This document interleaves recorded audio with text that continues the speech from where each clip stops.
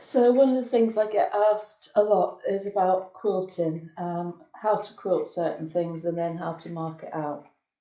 So I hope this video will help. I don't actually have a quilt that's at that stage at the moment, but I'm going to demonstrate on the back of here because it'd be easier to see the marking. Here I've created some patchwork fabric. It's for upholstery, so it's been backed onto some fire retardant calico.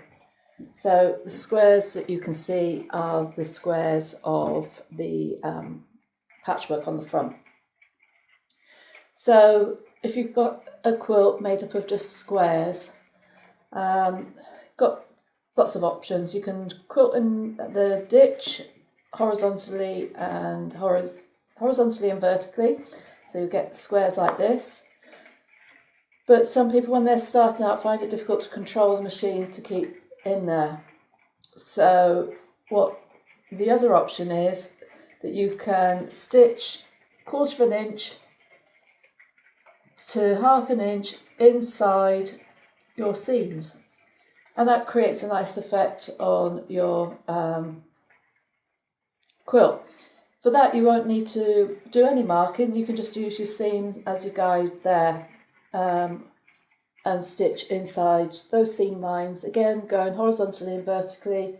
You're working from the middle to outwards, as you do with all quilts, and that's the way of doing it. So another one that I like doing is crosshatch, but you're never going to have a ruler that will fit across the whole of your quilt.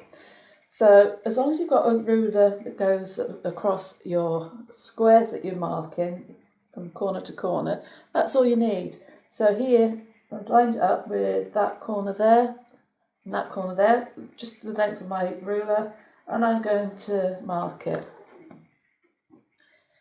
And then I'm going to move on to the next one, again lining it up there. I'm going to mark it. And as you can see here, I'm too short. So what I just have to do is move my ruler along. I'm lining it back here with my other lines, and then I can continue marking across there. So that is with a long ruler. With these size squares, even if it'll take you a long time, but even if you've just got a very short ruler, it's just wide enough to go across one of the squares, you could mark it a square at a time. So you don't need a ruler that's going to go across your whole quilt. If you've got a full bed quilt, it's not going to happen. But then what I generally do is have my quilt spread out. When I used to use the floor at home, just used to clear the floor, lay it out and get my ruler, and I'd be crawling around. So I'd start one way, working up, and then work back the other way. And of course then coming back diagonally the other way, and you get your nice crosshatch effect. So I hope that helps. Any other questions, do get in touch, and I hope to speak to you very soon. Take care.